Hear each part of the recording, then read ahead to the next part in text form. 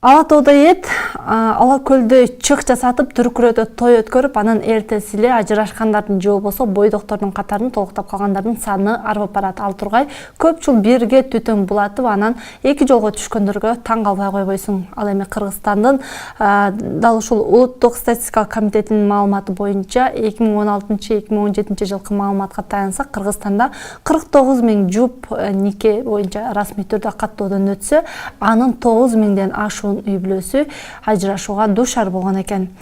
Деги эле үй бүлөнүн ажырашуусуна ар кандай себептер болушу мүмкүн, бирок көпчүлүгү аялды күнөөлөшөт. Дал ушул ажырашууга эмне себеп болот? Деги эле үй бүлөнү ким сакташ керек? Мына ушул суроолорго бүгүнкү биздин көрсөтүүбүздө жооп издейбиз. Саламатсыздарбы?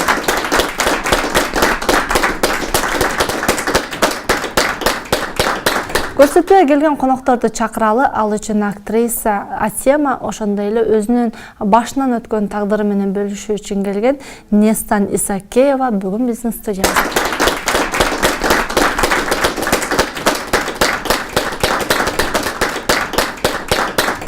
Ушул окуяны башыңыздан өткөргөн бир каарман катары сизди чакырып атабыз. Сизди ушул эки ажырым жолго түшүшкө эмне себеп болду? Өзүңүздүн башыңыздан өткөн окуя боюнча кыскача калчы. Негизи ала качуу менен башталган. Ала качып, андан кийин уже таарынып жашап жүрдүк. Андан кийин кыздуу болдук. Андан кийин таарынып жашап жүрдүк. Андан кийин да бир кыздуу болдук. Анан ошо көз жолубуз эки башка экенде эки айрым жолго түштүк, бирибиз түшүнүп эле. Ошо ала качууда мурун баягы баланы таанычу элеңиз же таап тааныбаган жакка алып барып койдубу? Орто жолдо баягы бир урушуп, бир элдешүү менен күн өткөрүп жүрдүк да? Жок, мындай таанычумун, кошунам болчуң да. Өзүңүздүн кошунам? Өзүм кошунам болчуң. Мындай сыртынан эле көрчүмүн. Баары таанычу, мамилеси эле жок эле. Кийин ошо ала качып. Эмне себептен мындай үй бүлөнү сактоого аракет кылган жоксуздар? Эмне түрткү болду ажырашууга баягы? Эмне бири-бириңерди жактырган жоксуңарбы? Же орто жолдо кайын журт бирдемке тоскоолдук кылдыбы? Эмне себеп? Жок, кайын журтум тоскоолдук кылган жок. Эми бирибиз түшүнбөдүк да. Баары эки жолго түшүш керек экен. Сактап калалы да аракет кылдык, эми сактап калганда деле болбогудай. Анан чозбой эле уже эки айрым жолго түшөлү деп бирибизче түшүнүп, эки айрым жолго түшкөнбүз. Көбүнчө баягы пикир келишпестик эмнеден келип чыкчу? Пикир келишпестик. Мен жолдошум кичине жалкоо болчумун. Кичине иштечү, иштеген акчасын башка ата-энесине башка жумшачу. Анан эле мындай аракет турмуш курайын, мындай кылайын деп эч аракет кылчу эмес да. Учурда кыздарыңыз канча жашта, улуусу, кичүүсү, жана кыздары кимде? Кыздарым менде, улуусу 12 жашта, кичүүсү 9 жашта. Атасы карабайт. Бир сом да бербейт, телефон да чалбайт, иши жок да. Кайын журтумда ошондой. Мындай өзү эгерде катташабыз, балдарды алып келсе катташтырат белеңиз? Жок, эми чоңоюп калгандан кийин эмне катташтырмак элем. Мисалы сиз ошол эле айылдыңыз да экен, кошуна экен, барып калганда көрүшөбү? Менин кыздарым ал жака барбайт, биз бул жакта жашайбыз да. Анан ата-энем да бул жака көчүп келген, биз айылда азыр эч ким жок. Үй бүлө куруу кыйын, бирок ажыраштырып коюу, эки жолго түшүү оңой дейт да. Анан сиздин өзүңүздүн баягы көз карашыңызда, коомчулукта көргөндө негизги себептер эмне болот ушул ажырашууга? Эң биринчиден ойлойм, эки жолго түшкөн себеби бул биздин азыр заманбап жашоонун белгиси. Андан сырткары үй бүлөдө кандай болуп тарбияланып чоңойгон дагы бир топ көз каранды деп ойлойм да. Анткени үй бүлөдө деген сөз болуш керек, бала менен кыз менен сүйлөшүү болуш керек. Эми мындай да, илгертен эле кыргыздар кой, уят деген нерсени билесиз го. Намыс. Анан энеден көп нерсе көз каранды да. Тарбияны эне бериш керек да. Эне айтыш керек. Уят, тиги угуп калса эмне болот? Негизи үй бүлө деген коруу, сиз айткандай кыйын деп атпайсызбы? Бул коруу деген эле сөз өзүмне ошону куруш керек да, ошону мындай бир өзүнчө мамлекет жасаш керек, ал нерсени сактап алыш бул эркектин колунда дегендей. Анан баягы көп учурда аял менен эркек бири-бирин түшүнбөстүгү ошондо да. Мисалы бир статусту талашышат да, бийликти талашышат. Мен сен мен депчи. Анан бир ортодо сыйлоо, урматтоо деген түшүнүк жок. Анан бул эжекебиздин да жашоосун эми эми булардын чечими боюнча ошондой болду. Булар албетте өкүнүчтүү эки жолго түшкөнү. Анткени эми мисалы баланын дагы бала чагы бактылуу өтүш керек да. Эмтен эле мисалы эми сизге тийиштирип айтпайм. Баягы эмтен эле бала деген куу болуп чоңоет да. Бунукуна мынтип айтыш керек, мунукуна мынтип айтыш керек. Эки жакта өскөн бала. Баягы бала чактагы кантип чоңойгон нерсе мындай жок болот да. Эмтен эле куу болуп интригага аралашып, анан тигиге могу жагат, айтсам буга могу жагат депчи. Эми чындап ошондой да. Бала ошондой болуп калыптанып чоңойгон бала кийин кандай турмуш көрөт деген ойдо да. Анан негизи баланы негизи эле урушка аралаштырбаш керек үй бүлөдөгү нерсеге. Бала деген баладай эле чоңоюш керек. Өзүнүн мектебинде окуп, өзүнүн проблемаларын өзү чечип дегендей чоңдордун сөзүнө, темасына такыр кийлигишпеш керек да. Негизи үй бүлөнүн туруктуулугуна эки баш биригиш керек да. Эки баш аксабаш керек. Эки баш бириси макул үй бүлө сактайын дагы төрөйүн, сактап алайын деген менен бири аксап атса, анда ал үй бүлө болбойт да. Экөө бирдей. Экөө бирдей болуш керек да. Эми мисалы бизде үй бүлө курганда дагы бизде закондор жок да. Кандай закондор? Мисалы ар бир өлкөнүн өзүнүн закондору бар. Күйөөсү башка бирөө менен кармалып калса соттолот, же дагы ошондой бир көп нерселер бар. Бизде закон жок. Үй бүлөнү сакташ үчүн Үй бүлөнү сакташ үчүн закондор көп. А бизде андай нерсе жок. Бизде эркек деген мындай болуш керек, катын деген мындай, ой кечирип калыңыздар. Ушундай го негизичи.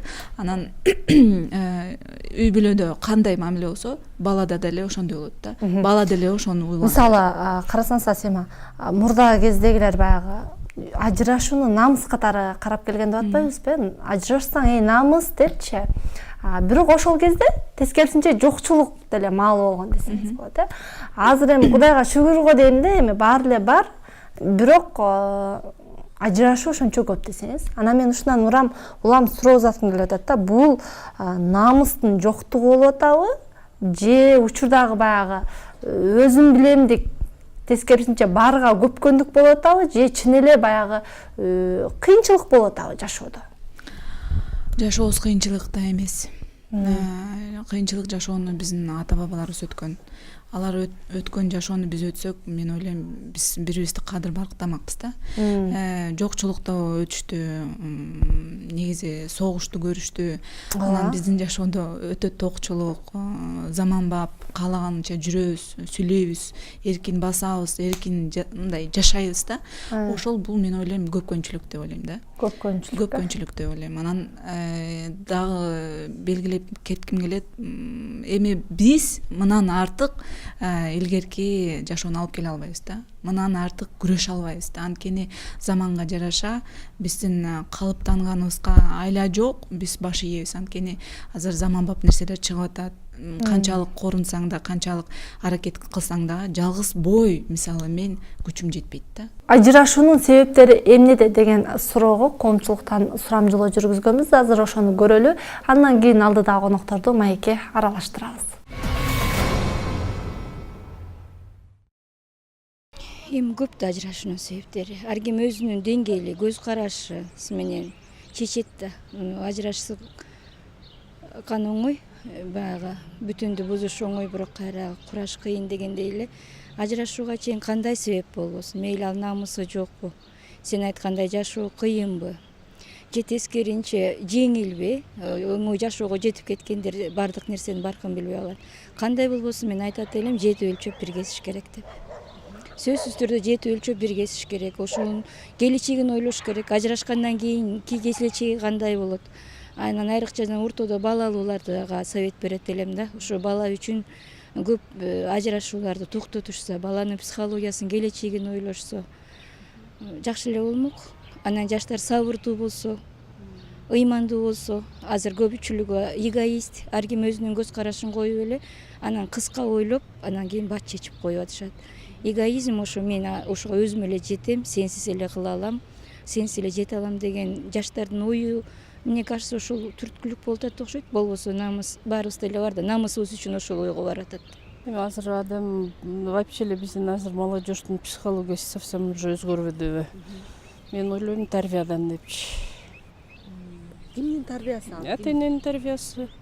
Алар ажырашты атат дейсизби, кандай? Жөн ажырашты десе да просто эми ошолор туура жолго салып туура багыт бериш керек да жок. Азыр действительно кайната кайнененин деле өзүнүн бир статусу болуш керек. Эч андай эмелери жок да, мисалы илгерки менен салыштыргандачы. Кээ бир учурда ошол көп ойлонбой үйлөнүп алып атышат кээ бирлер. Көбө тетсе эле тийип, аялатса эле алып. А кээ бир учурда эми чын эле жакшы көрүп, жана чын эле сүйлөшпөш кол тең эмес деп айтпадым. Кээ бирлер эми чын эле мамилелери келишпей калышы мүмкүн да. Ошон үчүн үйлөнөрдүн алдында кичине ойлонуп кадам ташташ керек деп ойлойм да. Менчи чын эле азыр ажырашуулар көп болуп атат десе, жаш турмушка чыгып атышат, баягы ойлонбойчу. Уятсыздыктын жок калышы, намыстыктын жоктугу. Я думаю, что не хватает любви.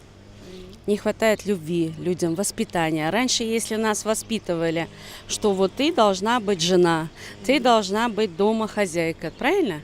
Что-то делать, все. А сейчас как? Сейчас же свободное воспитание у людей.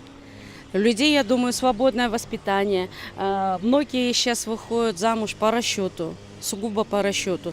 Там нет никакой ни любви, ничего. Вот и результат. Вот и все. Сейчас же как, матриархат идет в основном. Я женщина, я глава, я не должна делать. Раз мужчина не зарабатывает там деньги, значит уже все, он уже как бы не хозяин дома. Вот так идет жизнь. Күйөөсүм ичип эметип келип урушат. Эми өз көзүм менен көргөндөр деле болгон андай кошуналардан. Эми билбейм, мен көбүнчө причинасы оюм боюнча бирин түшүнмөкчүдөн болушу мүмкүн. Арак, акчага эметип. Жанагы орусча айтканда бытовые проблемы деп коет го. Ошол основной фактор болуп атат азыр. Чет мамлекетке кетип атат. Жаш жигиттер, кыздар. Ошон үчүн эле кичинекей балдарды таштап, жакшы тарбия бере албайт. Эми мурда намыс эле болчу да, баягы биздин учурда уят, баягы ажырашып кеттү деген. Азыр карасаң эми чынында кыйынчылык деле бир чети. Жашоо. Мына жаштардын баары эле чет өлкөдө жүрбөйбү? Анан балдар мисалы ата энесине чоң ата, чоң апа, тайнесине таштап атпайбы? Анан кийин себеби ошол эки жакта жүргөндүктөн баягы эми экөө эки жакта жашап атат да. Анан эчен аркы берки болот. Баягы түшүнбөстүктөр мисалы менин деле башымда бар. Чет өлкөдө кызым күйөө балам.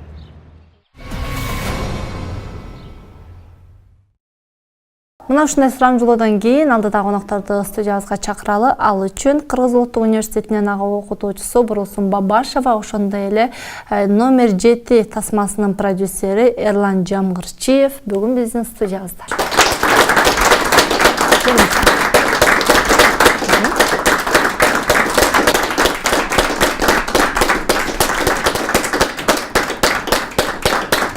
Бурулсун эже, дал ушул ажырашуу темасы дагы мени бир ойлондуруп келет, жана өзүм дагы бир аз иликтөө кылып көрдүм эле дедиңиз эле.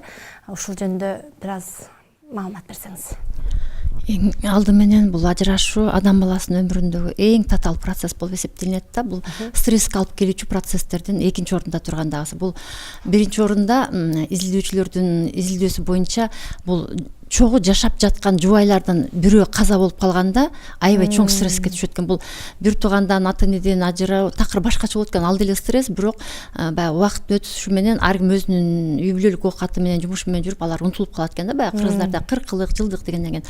А вот түбөлүк жашап жүргөн жанындагы жолдошу каза болгондо, жары каза болгондо бул эң чоң стресс ошо болот экен дагы. Экинчи орундагы стресс бул ажырашуу болот экен. Ал көйгөйдү аябай чоң стресс менен өткөрүшөт экен.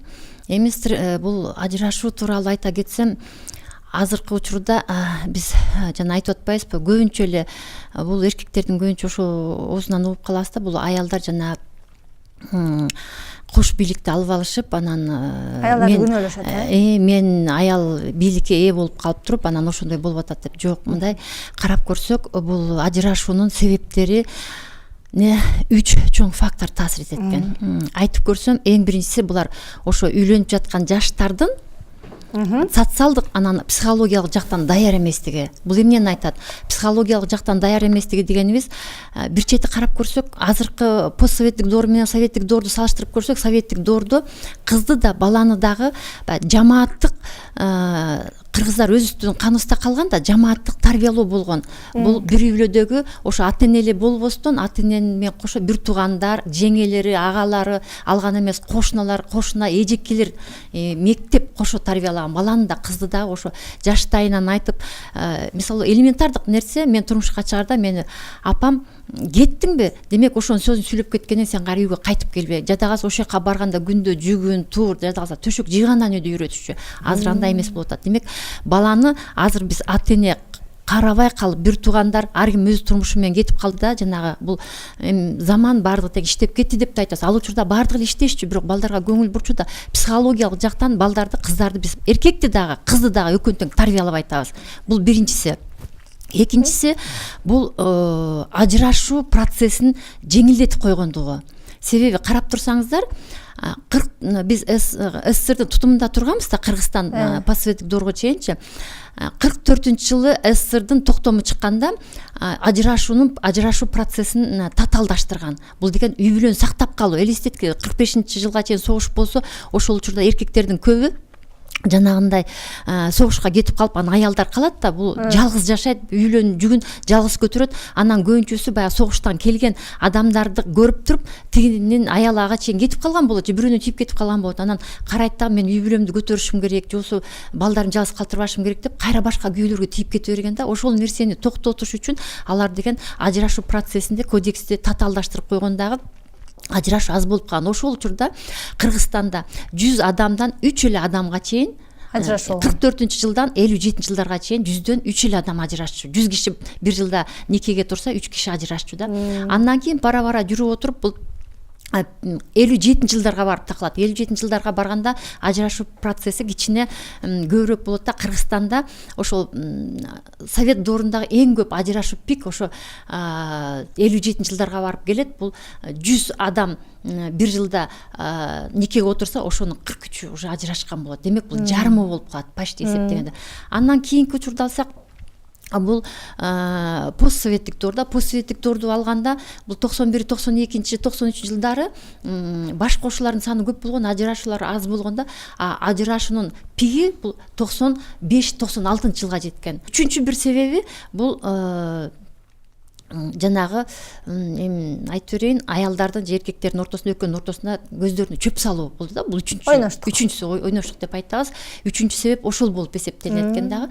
Анан бул жерде карап көрсөк, эч ким, биз азыр айтып атабыз го, келиндер көбүнчө айтат, кайында кайната кийлигишет деген нерсечи. Аны ошо изилдөөчүлөрдөн айткандар аябай аз болгондо. Азыркы учурда да, мисалы үчүн, мен 2017-жылкы изилдөөлөрдө мен көп өзүм студенттер менен иштеп аткандыктан көп кыздар менен, студенттер менен, келиндер менен сүйлөшүп көргөндө, ошо мен иликтөө сурамжылоодун алгандардан 9% гана ошо кайын журттун кийлигишүүсү деп айтышат да. Демек кайын журттун кийлигишүүсү бул биринчи орунга чыкпайт, биринчи орунга чыгат деп айтуудан мен алысмын.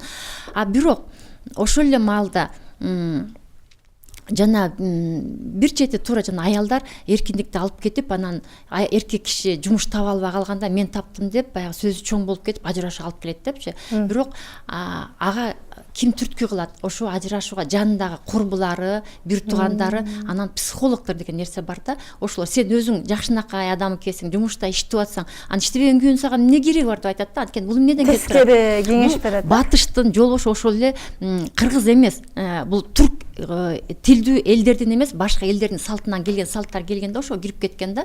Мен 2012-2013 жылдары атайы мен өзүм көп кыз демейм, 5 кыздын арасында өскөн адам болгондуктан мен ошо ажырашуу проблемасына көбүрөөк көңүл бургам да. Өзүмдүн турмуштук шартыма, жеке өзүм башыман өтпөсө дагы ошо жакын адамдар менен, ошондон мен ошолорду карап туруп, психологко барып көргөм. Психологко барып туруп, бир ситуацияны оюман чыгарып, анан айтып баштагам да. Анан биринчи Орусска баргам. Орусска барсам, Орус айтканда, сен өзүң жакшынакай адам экенсиң, жакшынакай кийинип турасың, жакшынакай иш жерде иштейт экенсиң, анан сага ошондо күйөөнүн эмне кереги бар, ажырашып кет деп эле дароо айткан. Андан кийин сезим кризистик борбору бар. Ошого бардым. ага барсам кореянка эжек экен, ал да ошо сөздү айткан да, анын эмне кереги бар деп.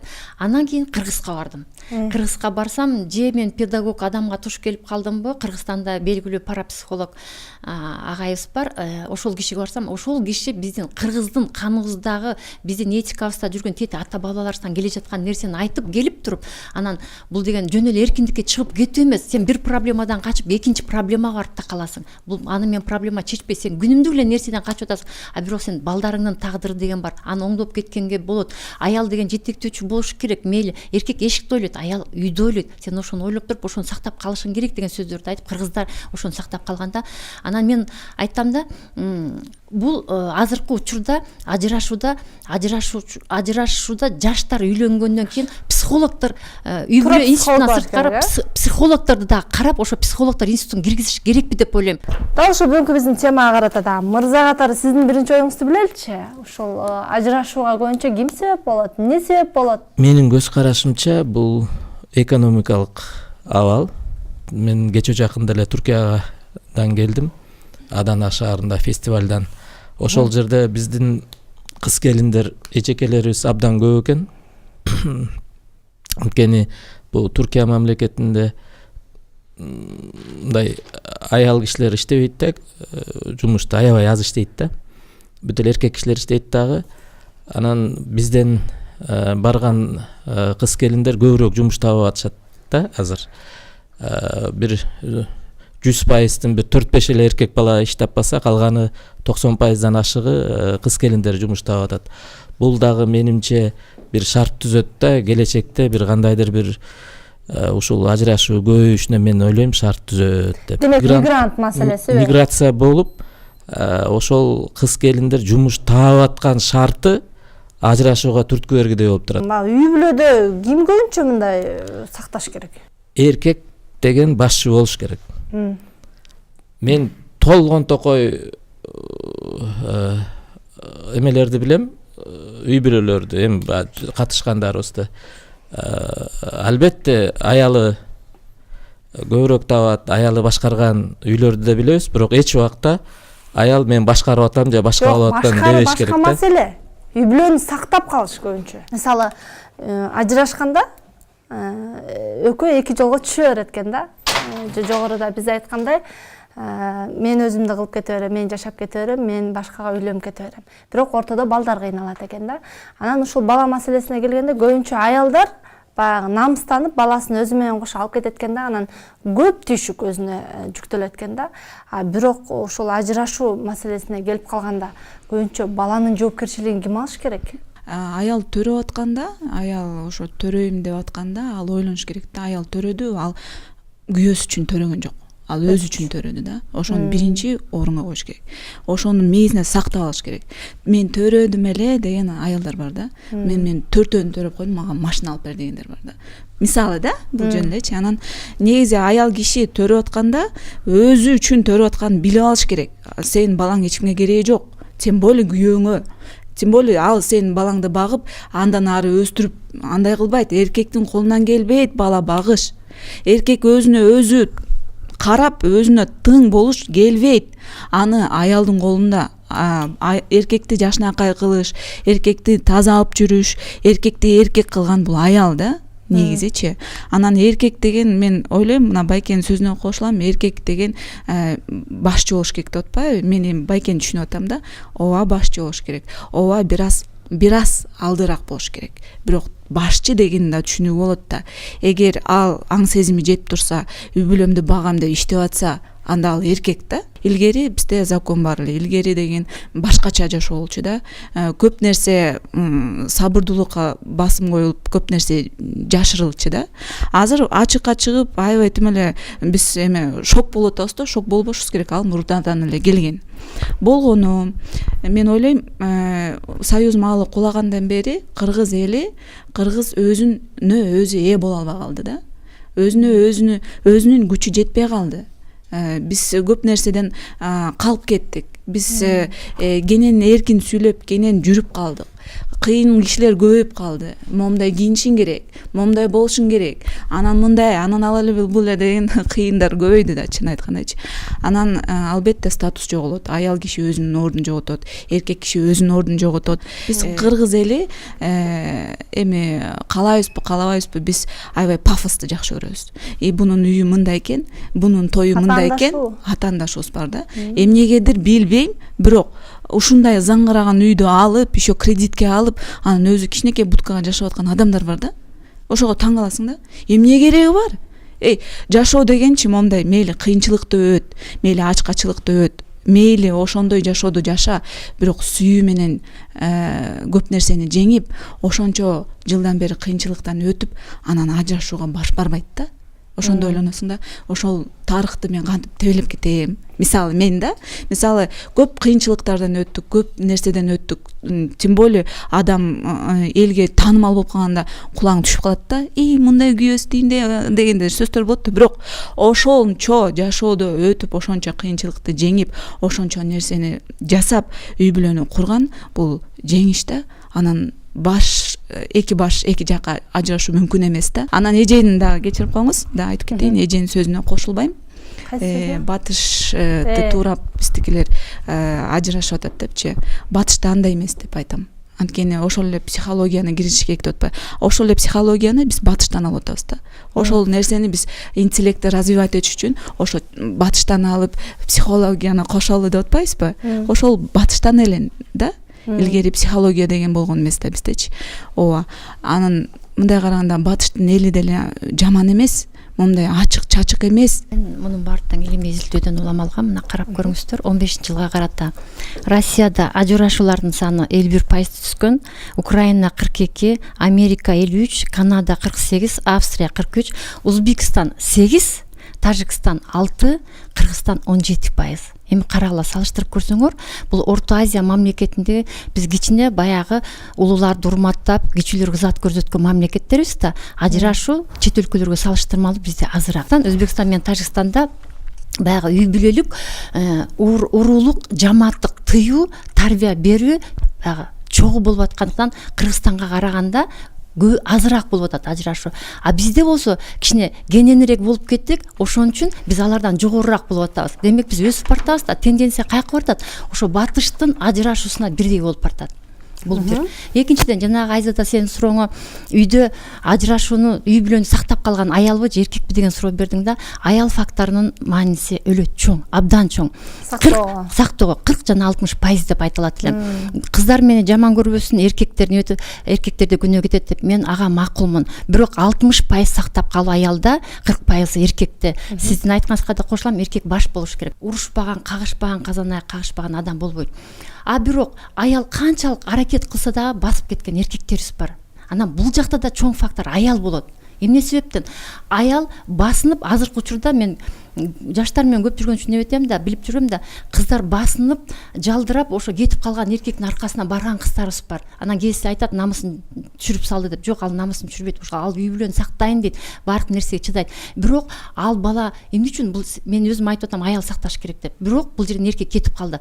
Ошо эркекке башка аял таасир кылат. Же ошол апасы баланын, же эжеси, же болбосо балким анын тегерегинде жүргөн бойдок аялдар таасир кылышы мүмкүн. Мен ошон үчүн айтат элем, дайыма үй бүлөнү сактаганга эмне үчүн аял үйдөгү очок ээси дейбиз, эмне үчүн эркекти чамгарак ээси дейбиз.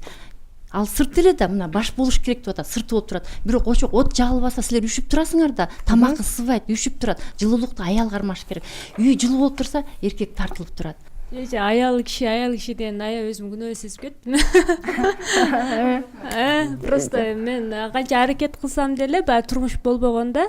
Кандай аракеттерди кылдыңыз Нестан үй бүлөнү сактап калыш үчүн? Эми кыздар мен деле ошо атасыз өссө баягы атасы өскөн эмелерди көрөм да, эгоист болуп башкача болуп калат да. Ошон үчүн эми атасы менен өсүнүп канча аракет кылып эме кылсам деле кошуна болгондон кийин жашагыла дешти. Бизди бирибиз тааныйт, баарын бирибиз тааныйт. Просто экөөбүз келишпей калганбыз да. Ортодо сүйүү жок болдубу же акча роль ойнодубу, эмне болду?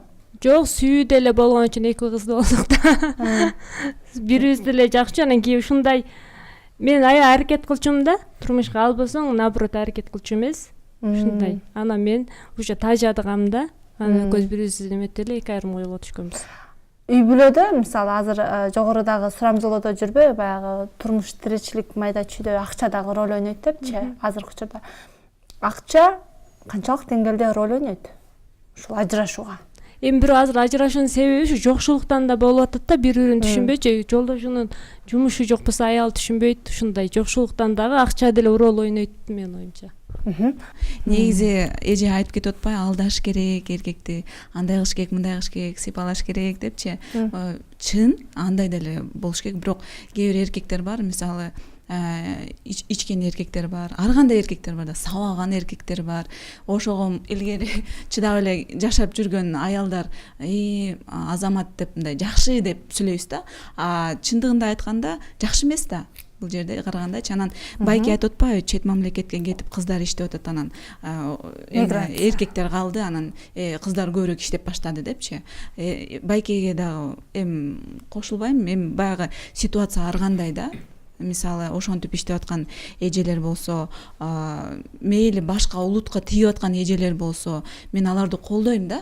Эмне себептен колдойм? Демек жашоосу ошончолукка жеткизди да. Эгер мамиле болуп, эгер жашнакай жашоо болсо, ошол жака кетип иштемек беле деген ой бар да. Эми ал деле мисалы балдарын атайын иштеп алып кеткен жери жок.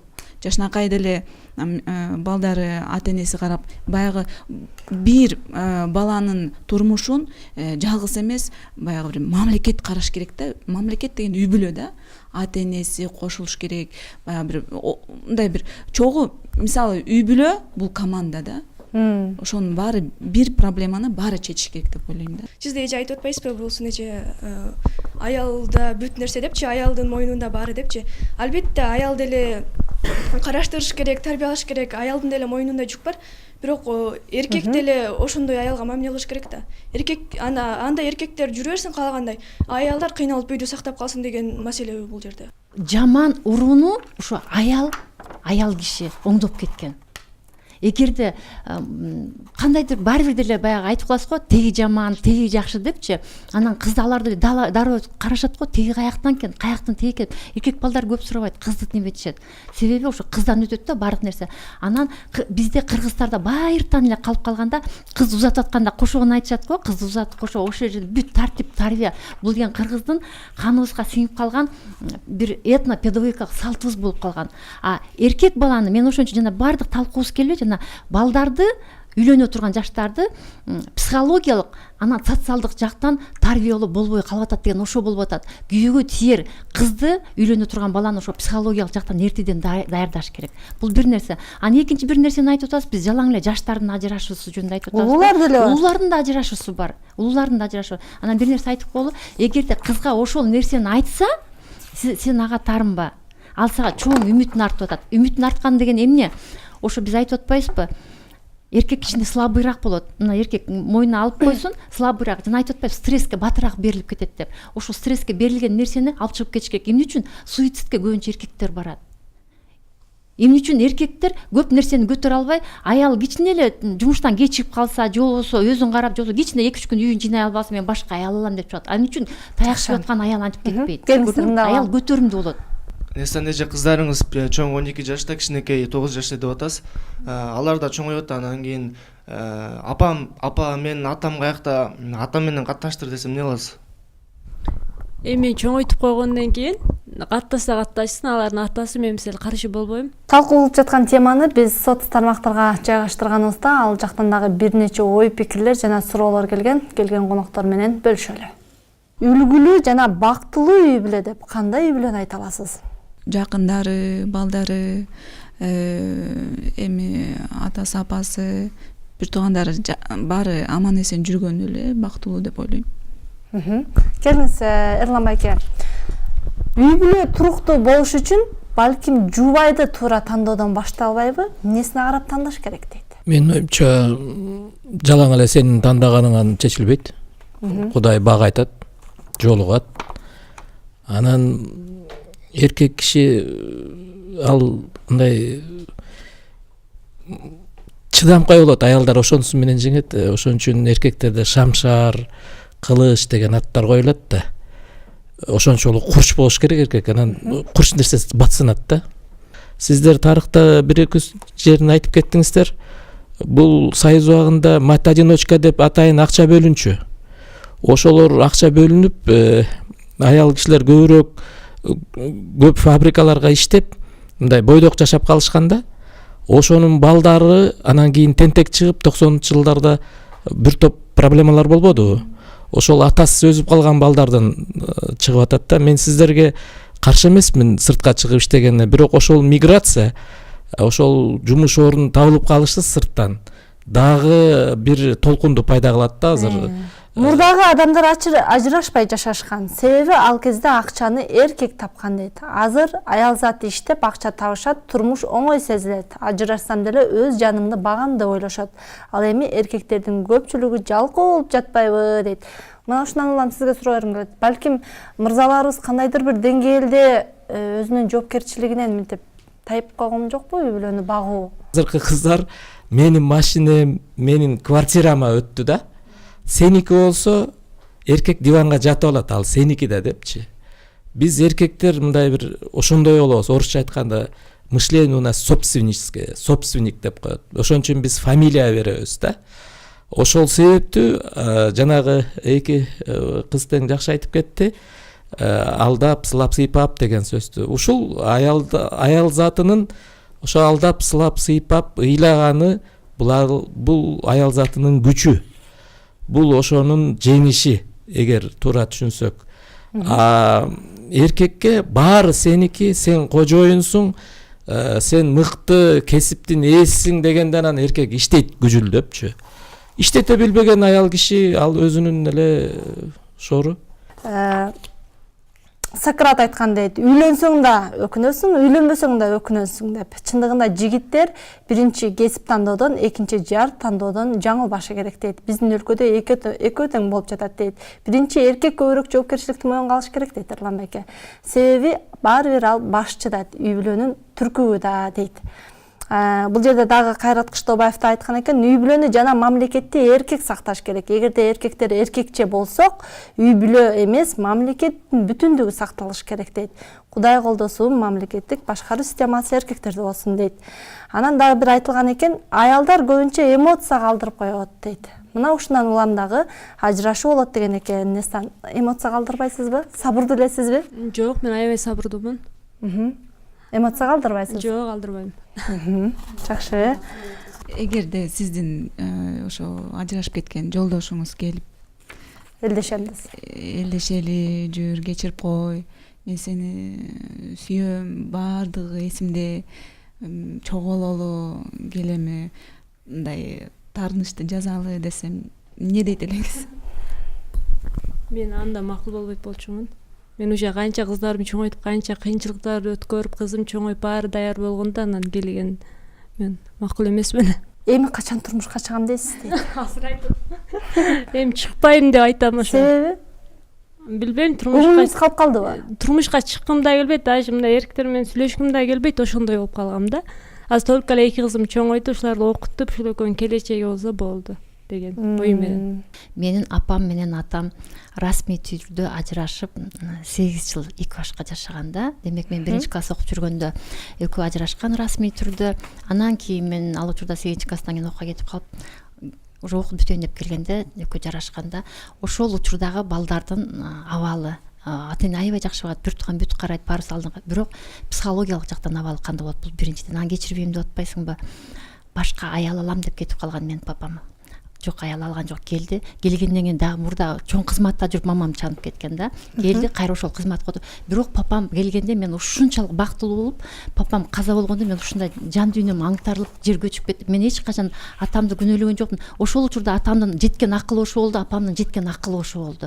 Ошол гана нерсе керек. Сен эгоист болуп өзүңдү ойлой, сен балдарыңды ойлошуң керек. Балдарың тагдырын. Аны сен ушунча жыл өстүрдүң. Сен 2 балаңды өстүрдүң. Менин мамам 7 баланы өстүргөн, кароолчу болуп иштеп жүрүп, ошо 7 баланын 5 кызды 2 баланы өстүрүп туруп, кандай чоң азаптан өтүп туруп папамды кечирген. Папам, атам өлгөндө менин мамам 40-ын өткөрүп мен аркасынан өлөм дегенде мен ошондо билгем, эрди катын муж жына одна сатана дегендечи, бизди карабай туруп папам аркасынан апам өлүп калам деген. Демек сен кечиришиң керек.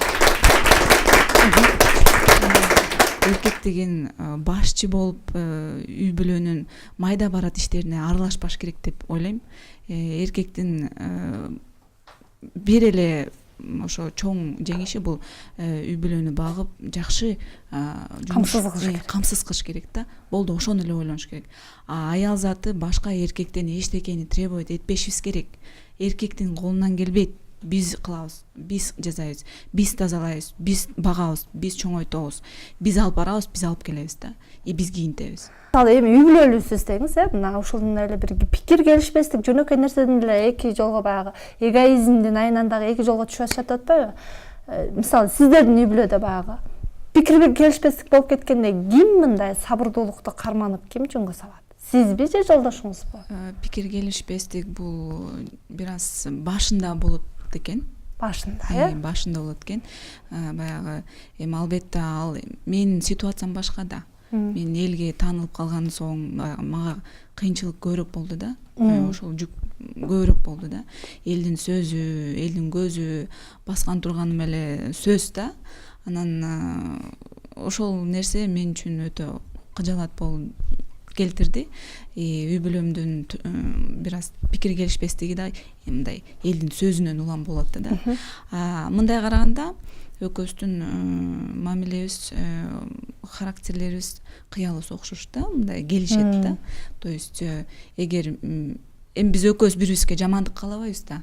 Анын сөзү мен үчүн закон да. Ал айтканы эч качан туура эмес келип чыкпайт. Ал менен көп нерсени көргөн. Ал менен ошончолук улуу. Ал көп нерсени туура айтат да. Туура багытта барат. Эгер мен туура багытта болбосо мен чыгармачылыгым уланбайт эле. Мен дагы эле ошо эми Кудайым буйрса тасма тартпайт элем дегендей. Анан бардыгын пикир келишип мындай сүйлөшсө болот да. Анткени адамбыз. Адам деген ошо тил табышып сүйлөшө алат да. Демек жолдошуңуз көп жөнгө салат турбайбы? Уулук да. Анткенде үй бүлө бекем болот. Үй бүлөнү бекемдеш түп тамырынан пайдаланынан башталат бул жаштардын. Демек бул жерде баланын ата энеси ошо жан келген балага, жан келген кызга өзүнүн баласында, өзүнүн кызында мамиле кылып, анан сөзсүз түрдө кызы менен, келини менен ул экөө чырлашып кеткенде ошонун ортосунда бекемдикти байлаш керек. Анан дагы бир нерсени унутуп калыптырмын. Эмне үчүн мурда бекем болуп, азыр бекем эмес? Дайыма үйлөнгөндө жаштарды 1 жыл, 2 жыл мен 4 колдоп, 5 колдоп колдойт элем. 1-2 жыл чогуу жашатыш керек. Анткени 1-2 жыл чогуу жашаганда келин кайын журтунан тартынып күйөөсүнө кат айта албайт, күйөөсү бала ата энесинен тартынып аялына кат айта албайт. Биринчи 2 жылдыкты, 3 жылдыкты экөөнүн баягы жаңы кезде кыз жигиткесинде сүйүүсүнүн 80% же 70% сактап калса, андан аркы турмуш бекем болот. Ошол экөөнүн турмушун бекем кылганга баланын ата энесинин баланын үй бүлөсүнүн ролу аябай чоң. Азыр өзүнчө кетип калып, анан экөөнү тарбия берген киши жок, билгениңди кылып ал деген сөз бар. Анан дагы бир нерсе бар. Азыр эмне болсо эле кыздар көп, кетирбей балам башкасын алып беребиз деген нерсе. Ошол нерсе азыркы жаштарды бузуп койгон нерсе ошо болуп атат. Азыркы жаштар кайнене кайнатадан качканыңар кыздар туура эмес. Кайнене кайната менен жашайбыз деп айтып кала. 2 жыл кыйналсаңар да жашасаңар, андан кийин өмүр бою жыргап жашап өтөсүңөр. Ошол гана нерсе сактайт. Жакшы, келиңиз эсеме. Мен эжеге кошулам. Анан дагы айтып кетейин, закон кириш керек. Биздин негизи мындай ажырашууларды жасабаганга закондоштурулуш керек. Мисалы чөп салса соттолуш керек сөзсүз. Аял деле соттолуш керек, эркек да соттолуш керек деп ойлойм. Азыр аябай жайылып атпайбы? Жана талак деген кинодон кийин баардыгы тең жайылып кетти да. Анан бул туура эмес көз караштар айтылып атат. Көп кишилер макул болуп болуш керек. 3 жолу бири-бирине талак деп айтып койсо ажырашып кетти деп. Жана мен айтып атпаймынбы, Союз учурунда ажырашуу процессин татаалдатып койгон үчүн ажырашуулар аз болгон, 100 кишиге 3 келген. Азыр туруп 3 жолу талак айттым деп туруп эркек басып кетип атат. Жобосо жада калса СМС менен тети чет өлкөлөрдө жүрүп алып, бул жакта жүргөн баласын багып жүргөн аялына талак деп мен сага айттым уже бүттү деп туруп башка үйлөнүп кетип атат да. Социалдык балдар жетим калып атат. Ошол талак деген нерсени бул мыйзамдаштырыш керек. Анын кереги жок, ошону жоготуш керек болуп атат. Бири-бирин түшүнүп, сабырдуу болгондо бекем болот. Мен сабырдуу болчумун эми, бирок бекем болбой калды да. Сабырдуу болуш керек. Байке. Мырза катары. Жашоо бул театр. Баарыбыз ошол жерде калабыз бирибиз актер, бирибиз актрисабыз. Кыргызча айтканда уй мүйүстүү буканын күчү болбойт дейт да. Бука мүйүстүү уйдун сүтү болбойт дейт. Ар ким өз ордун билиш керек да. Ошентсе эле алдыга жылат. Менин жакшы эжекем бар. Баардыгын чечип келген. Жездем кайтышты болуп кетти. Эжемдин оозунан бир сөз чыккан эмес, ушуну мен аткарып атам, мен кылып атам деп. Өмүр бою бактылуу эле жашап, балдары абдан мыкты жетишкендиктерге жетишип атат. Мен сиздердин баарыңыздарга жаштар экенсиздер, каалайм ошону. Эркек эркектей, аял аялдай болсун. Ажырашуунун себептери жана үй бүлөнү ким сакташ керек деген суроолорго бүгүнкү биздин студиябызга келген коноктор менен биргеликте бир аз да болсо жооп издегенге аракет кылдык. Ушуну менен чийирдин бүгүнкү көрсөтүүсүн аяктайбыз. Саламатта калыңыздар. Биздин чийир сиздин.